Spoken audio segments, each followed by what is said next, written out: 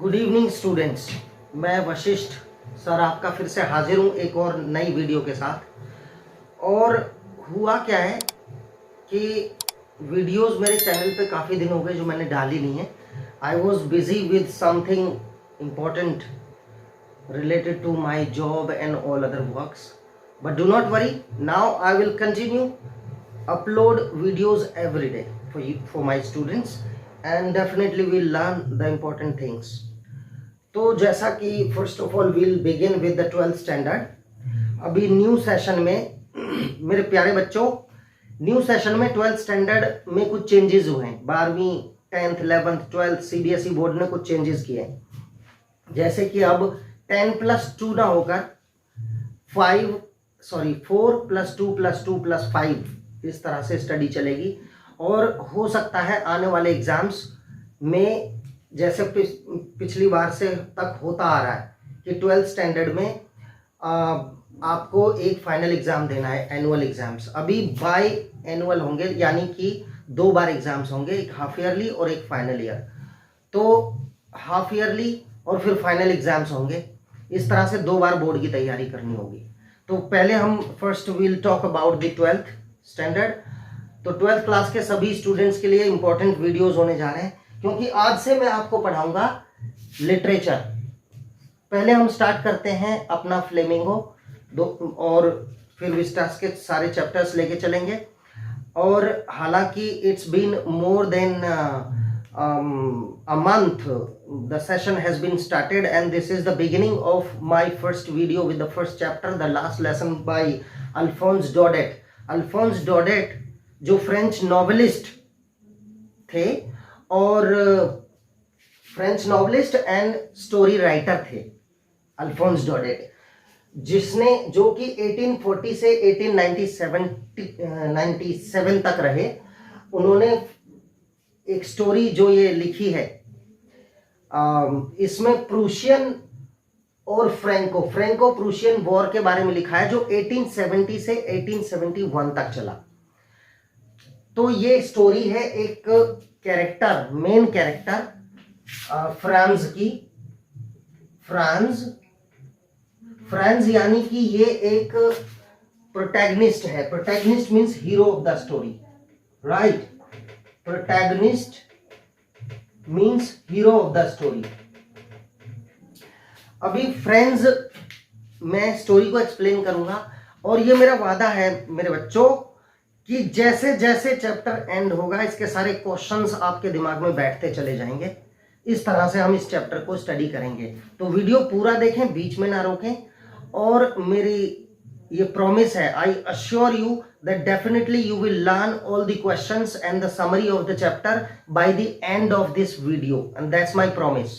Future में मैं आपको कल एक नई वीडियो डालूंगा जिसमें मैं आपको ये भी बताऊंगा पूरा format of the exams in 12th standard, क्या पोर्शन राइटिंग, रीडिंग और लिटरेचर कितने पोर्शन में कितने मार्क्स का होगा। और पूरा ये मेरा वादा है कि जो मेरे वीडियोस को कंटिन्यू साल भर देखेगा उसका 100%, अभी क्या है 60% मार्क्स किसी के भी आ सकते हैं नॉर्मली मेरी वीडियोस देखकर। आप कोई वीडियोस देखें या किसी से भी पढ़ें, एक फेलियर स्टूडेंट भी 40% 60% मार्क्स ले आएगा, लेकिन हमें 100% के लिए काम करना है, जिसके लिए हम सिलसिलेवार gradually will move on to the from basic to standard studies. अभी हम बात करते हैं इस चैप्टर की, द लास्ट लेसन, जो कि फर्स्ट चैप्टर है हमारे फ्लेमिंगो बुक में। अभी मैंने आपको बताया कि last lesson by Alphonse Daudet, Franco Prussian war. Franco यानी फ्रांस और पर्शिया, जो कि जिसके maximum states are now included in Germany, जो कि जर्मनी में उसके मैक्सिमम नेशंस अभी शामिल हैं।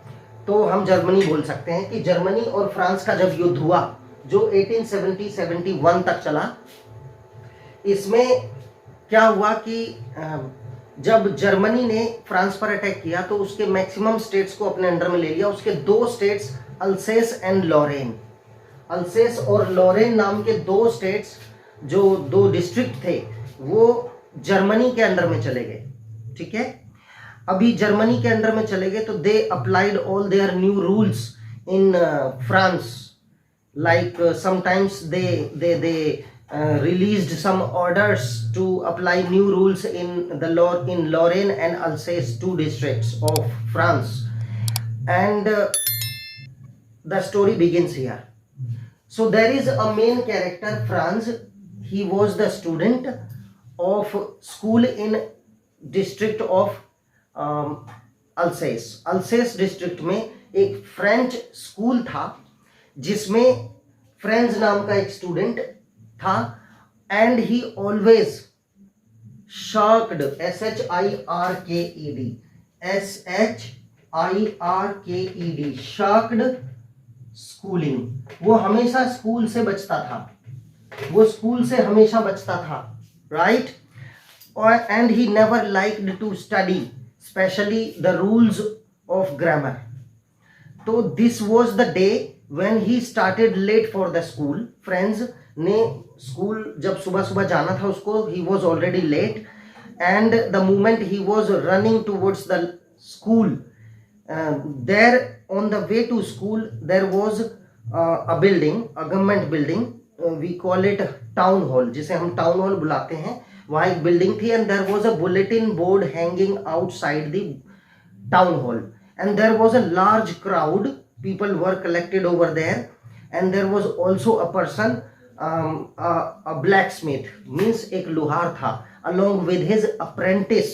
अप्रेंटिस माने अपना चेला, उसका चेला उसके साथ में था, जो new worker along with blacksmith. Blacksmith के साथ एक नया चेला भी था, उसका अप्रेंटिस था ब्लैकस्मिथ, जिसका नाम वॉचर था.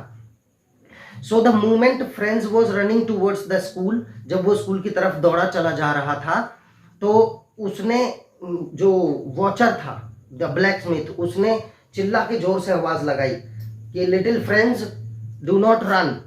He used the word bub. It's a common word. It's a slang in French language. बेटे दौड़ो मत. There is enough time to reach to the school. अभी स्कूल पहुंचने में काफी टाइम है. He was watcher जो था, he was also reading the news on the bulletin board. शायद बुलेटिन बोर्ड पर कोई ऐसी न्यूज थी, उसने पढ़ ली थी, और उसलिए शायद वो कह रहा था फ्रेंड्स को कि अभी काफी टाइम है, दौड़ने में कोई जरूरत नहीं है दौड़ने की, आप आराम से, there is enough time to reach to the school, there is no late, कोई लेट नहीं है, तो आप जा सकते हो टाइम से. अभी friends when he was going to school he found there was a sawmill, SAWMILL. sawmill means लकड़ी का आरा मशीन था. And behind the sawmill there was a ground. In the ground he saw the Prussian,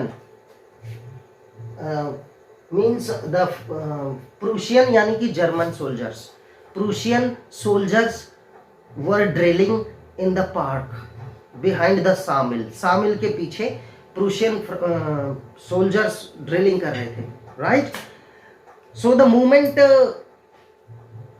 they were drilling, it attracted friends very much. इस काम ने, और उसको लगा कि वो खड़ा होकर ड्रिलिंग देखे. And there were birds chirping at the edge of the woods. जंगल में पेड़ों पर पक्षी चहचहा रहे थे. All these things, right, all these things attracted the attention of friends and friends, but he resisted himself from all those temptations. इन temptations माने इच्छाएं, इन सभी इच्छाओं को उसने रेसिस्ट माने रोका, दबाया, इन इच्छाओं को दबाया, और वो स्कूल की तरफ दौड़ता हुआ चला गया. और जब वो स्कूल जा रहा था, वो ये भी सोच रहा था कि भाई मैं स्कूल पहुंचूंगा तो उनका एक टीचर था एम हैमल, जो फ्रेंच टीचर था. एम हैमल ने उसे, he was given some rules on participles to learn, but he could not learn the rules on participles, so he was in great dread of M. Hamel's ruler. Ruler means stick, iron stick, and that was not exactly stick, वो stick नहीं थी, एक ruler था, पैमाना था, scale था, iron scale that he used to tap on the benches. तो उस ruler से उसको बहुत डर लगता था. अभी देखिए जब when Franz was going to school and the moment he reached to the garden outside the classroom, जब वो क्लासरूम के बाहर पहुंचा गार्डन में, और रास्ते में जाते हुए he was making plan how to get into the classroom without being known to anybody in the classroom. Classroom में किसी को बिना जाने चुपचाप क्लासरूम में जाके बैठ जाऊंगा. क्यों सोच रहा था ऐसा? यहाँ क्वेश्चन है कि why he was thinking, so why he made this plan, because he was already late for the class. वो ऑलरेडी लेट था स्कूल के लिए. उसे लगा कि एम हैमल जो टीचर है वो बहुत स्ट्रिक्ट है और उसकी पिटाई हो सकती है, right. He could get the scolding from M Hamel. Teacher से उसको डांट पड़ेगी. स्कॉल्ड मीन्स डांटना, रिब्यूक मीन्स डांटना. देखिए किसी भी चैप्टर को पढ़ने के लिए 15 to 16 वर्ड्स ऐसे होते हैं, रूट वर्ड्स, जो लर्न करने पड़ेंगे आपको. इस चैप्टर के एंड में मैं वो वर्ड लिखवा दूंगा और उन चैप्टर के वर्ड्स को लेके जब आप एक्सप्लेनेशन देंगे तो नंबर अच्छे मिलेंगे. तो फ्रेंड्स को लगा कि यूजुअली मीन्स अक्सर, usually the classroom there was a great Bansal, bustle, बसल माने शोरगुल. Usually there used to be a great Bansal in the classroom and the sound of opening and closing of desk and the repetition of the lessons in unison. Unison means एक साथ lessons का repetition हुआ करता था reading, chapter reading का. and they used to keep their hands over their ears to learn the things perfectly. ये rule है कि कान पे हाथ रख के कुछ चीज रीडिंग करोगे तो जल्दी लर्न होती है. तो उसने सोचा among all these sounds I will quietly go into the classroom and I will sit into my desk. उसने ऐसा प्लान किया and without being known to anyone. but you know the moment he reached to the garden outside the classroom, जैसे ही वो classroom के बाहर garden में पहुंचा, through the window he had a look. उसने विंडो से देखा and he found the strange environment in the classroom. भाई वो स्ट्रेंज इन्वायरमेंट क्या था? यहां क्वेश्चन आएगा. क्वेश्चन आता है यहां पर कि what was the strange environment he found when he reached to the garden outside the classroom. तो वो एम हैमल के गार्डन में पहुंचा और खिड़की से उसने एक स्ट्रेंज एनवायरनमेंट देखा. What was that? That surprised him a lot. उसको बहुत सरप्राइज किया इस बात में. ही सो that the classroom had pin drop silence. Classroom में pin drop silence था. Everybody was sitting in the classroom, right? And silently, all the students were sitting silently. And the moment he opened the door, जब उसने दरवाजा खुद ही खोला, he had to open the door himself. दरवाजा खोला and he went inside the classroom. There was another surprise. M. Hamel was silently standing, not sitting, standing in the classroom, and he was addressing the students over there. And there on the back benches that usually used to be vacant, जो back benches हमेशा vacant means खाली हुआ करती थी, there were sitting some outsiders, like there was a person, old हॉजर नाम का एक व्यक्ति था. He was mayor of the city, not current mayor. वो पहले मेयर रह चुका था. वहां पर वो बैठा था Hauser on the back benches. And the post master, right, post master भी बैठा था. And old Hauser had brought a primer means primary class की एक बुक भी लाया था वो. And the book was kept on his between his knees. and the spectacles, large spectacles he had, बड़ा चश्मे थे उसके पास. and the spectacles were also lying on across the pages of that primer book के pages के ऊपर उसने वो चश्मा रखा हुआ था. and he had a small cap, a 3-cornered cap on his head. old हॉजर जो मेयर था, ex mayor, and ex postmaster was also there, and the students. So the moment he reached to the classroom, he stood over there, he jumped over the bench and he sat on his desk. अपनी desk पे बैठ गया. तो he was expecting a scolding from the teacher M. Hamel. वो expect कर रहा था कि M. Hamel उसको डांटेगा, लेकिन ऐसा कुछ नहीं हुआ. To his surprise, the M. Hamel did not get angry and he was very silent. And in a polite tone, very polite tone में वो अपने स्टूडेंट को कहता है, फ्रेंड्स को, friend, little friends, take, open your book, like little friends, you are late and we were waiting for you and we were going to begin or start without you, हम तो तुम्हारे बिना ही start करने जा रहे थे, right. और उसने कहा don't be feared and take your seat. वो अपनी बेंच पे बैठा था, बेंच पे बैठा। अभी उसके टीचर एम हेमल जो था, he was looking strange today and the second surprise, you know what he found. उसने दूसरा सरप्राइज ये देखा कि M Hamel was not in his usual uniform, he wore a green coat and a little black silk cap and a frilled shirt, जहां पर यहाँ पे झालर सी लगी रहती है, frilled shirt. These clothes this attire means uniform. This dress he usually used to put on means wear. He used to put on special occasions like inspection or prize day, right? So he wore this uniform, it was surprising. And the environment of the classroom was like Sunday morning. जैसे Sunday morning में बिल्कुल silent class रहती है, कोई student ही नहीं है, इसी तरह की क्लास उसकी थी। तो ये कुछ डिफरेंट चीज़ें थी, हमने चीज़ें पढ़ी, कुछ भी मुश्किल नहीं है, बड़ा इजी है।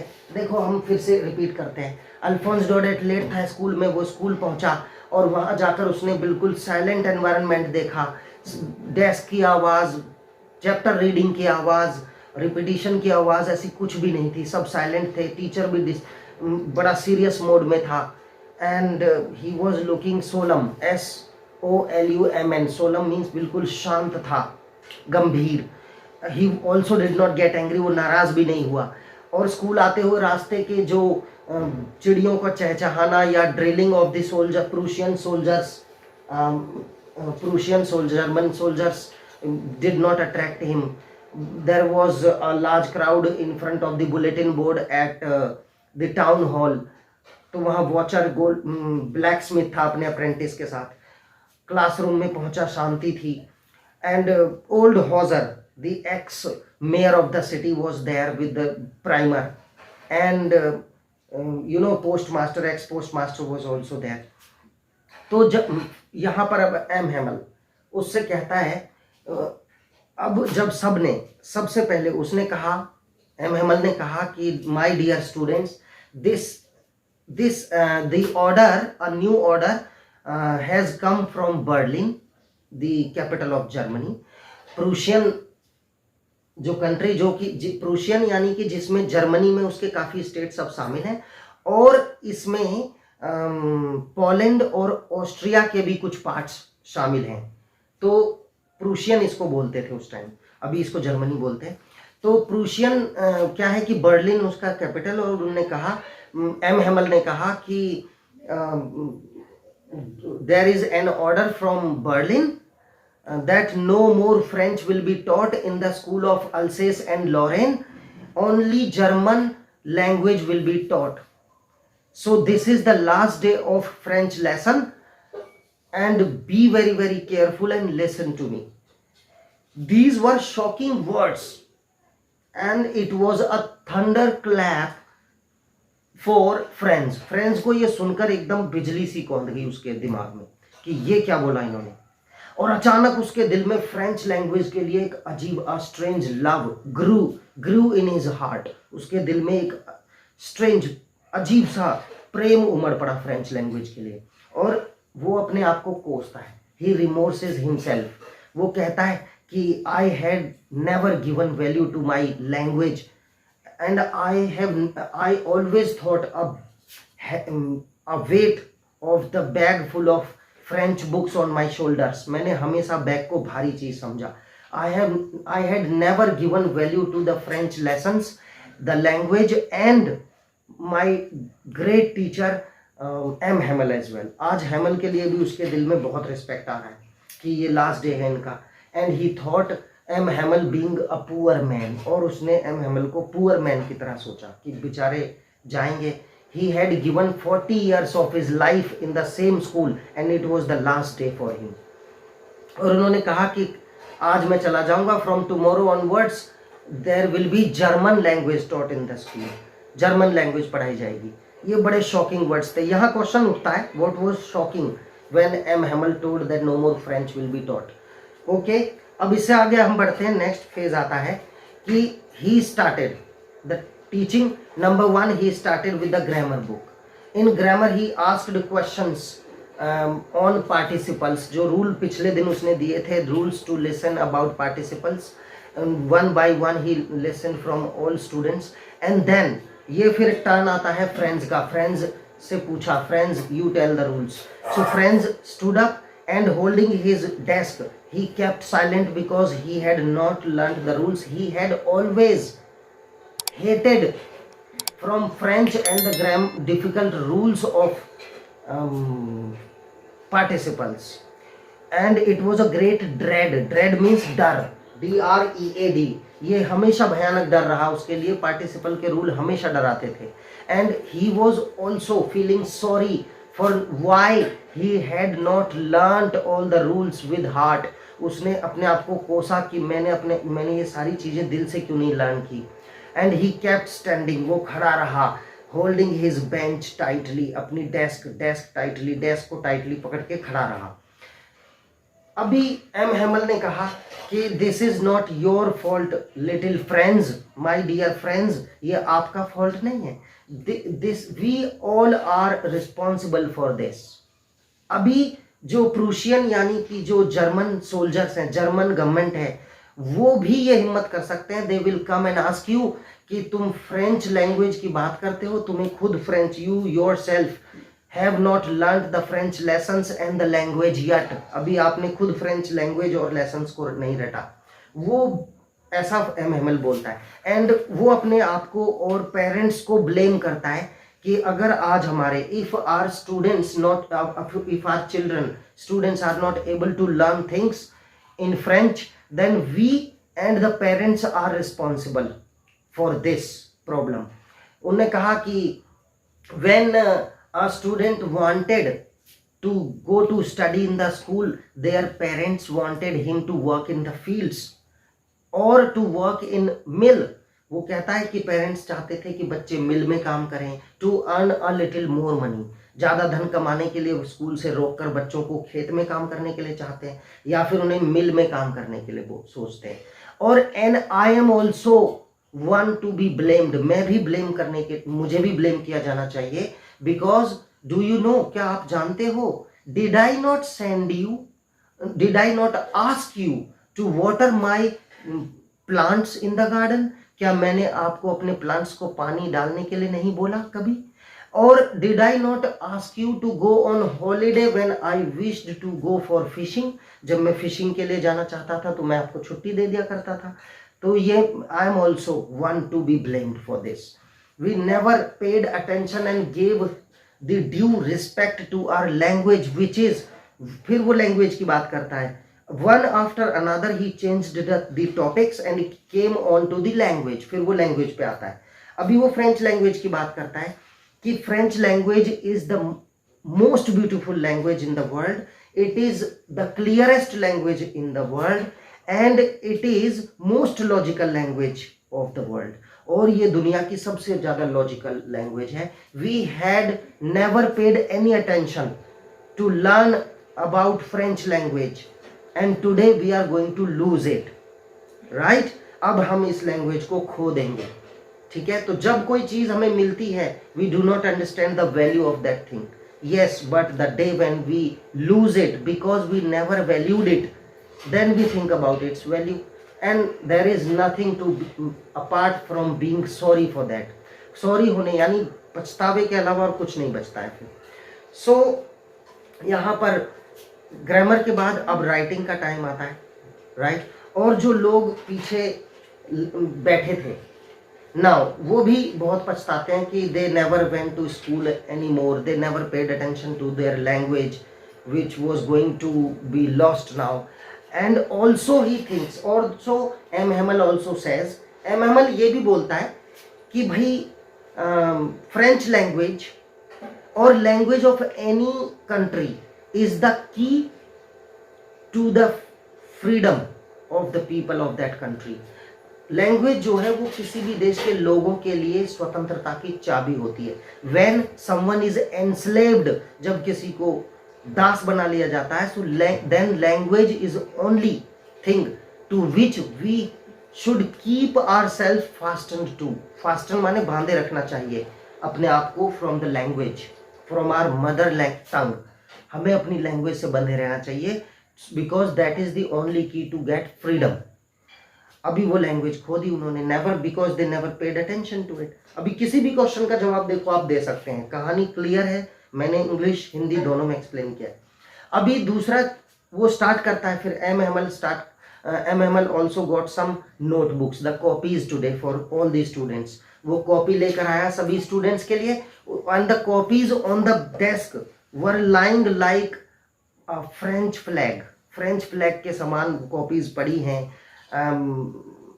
which were seeming to be the flag of French country, and there was beautifully written something on each notebook। सभी कॉपीज पे कुछ लिखा था, फ्रेंच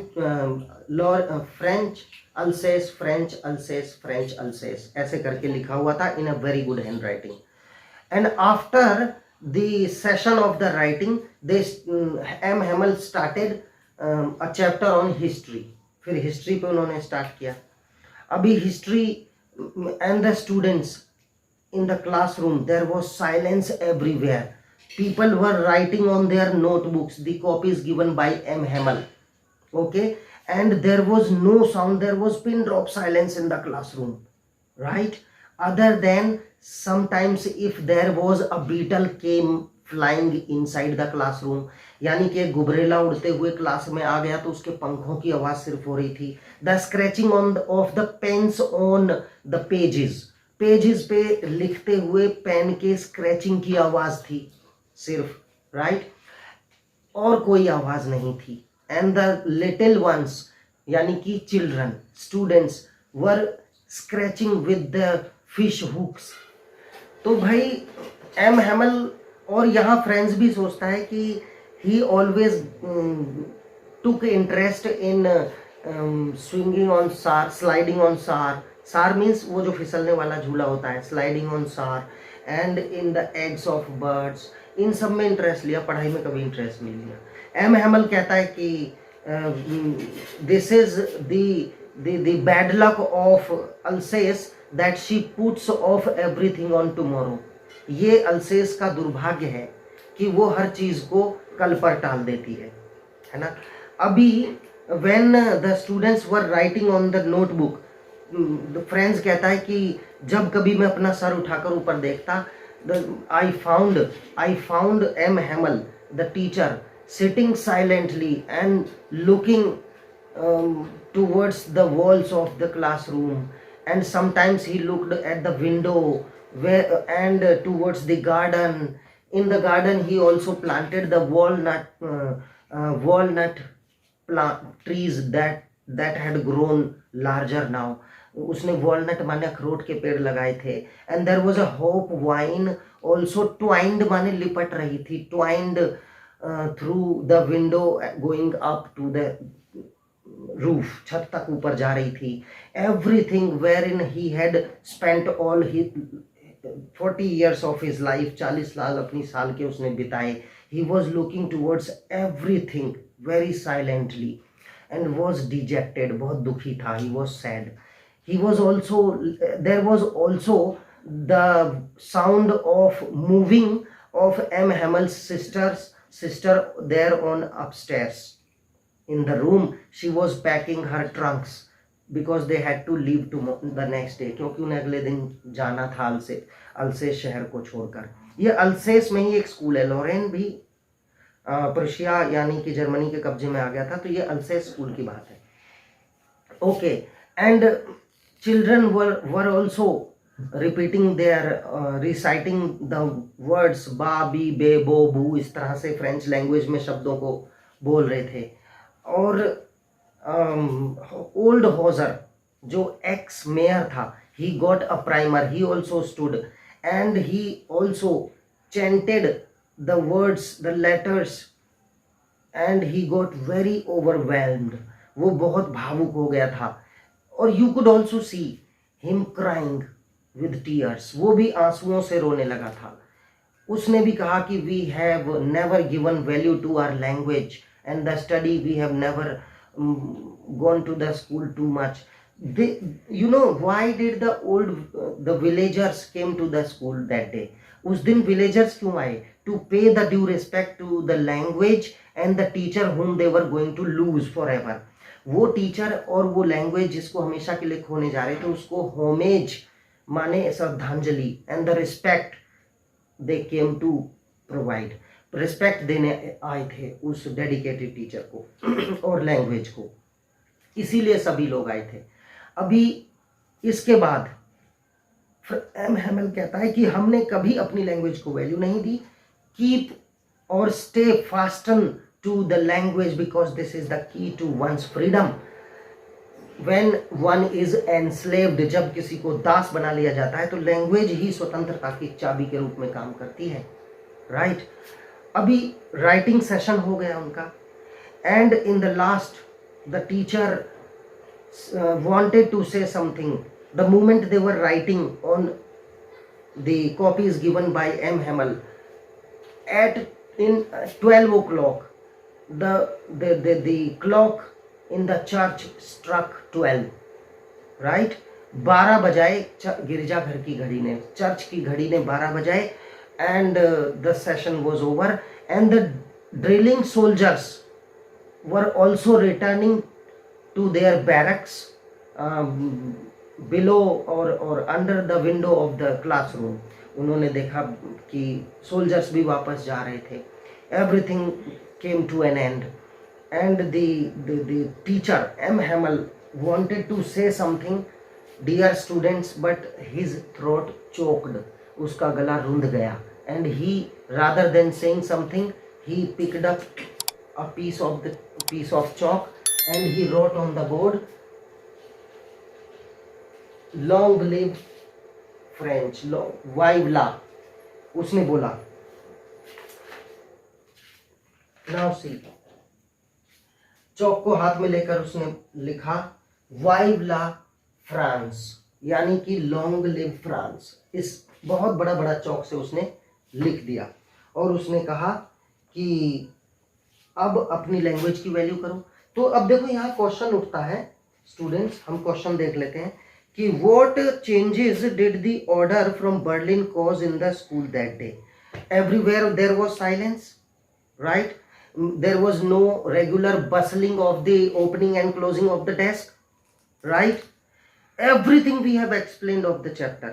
अभी कोई भी क्वेश्चन आप लेंगे, सभी क्वेश्चंस का जवाब इसी में मिलेगा. तो अब मैं आपको कुछ वर्ड्स बता देता हूं जो कि इंपॉर्टेंट है, जिनके बिना आप इस चैप्टर को अच्छे से एक्सप्लेन नहीं कर पाएंगे. स्टूडेंट्स, मैं चाहता हूं ये याद करें आप. देखो, DREAD, dread means fear, scolding माने डांटना, एंड रेसिस्ट RESIST, रेसिस्ट माने अपने आप की इच्छाओं को दबाना, रोक लेना अपने आप को. उसने chirping birds on the edge of the wood and drilling soldiers behind the sawmill in the park, in the open area ground, all this temptation, इन सभी इच्छाओं को he resisted and went to school. इन सबको रोका और school गया. देखो, resist माने अपने आप को रोकना.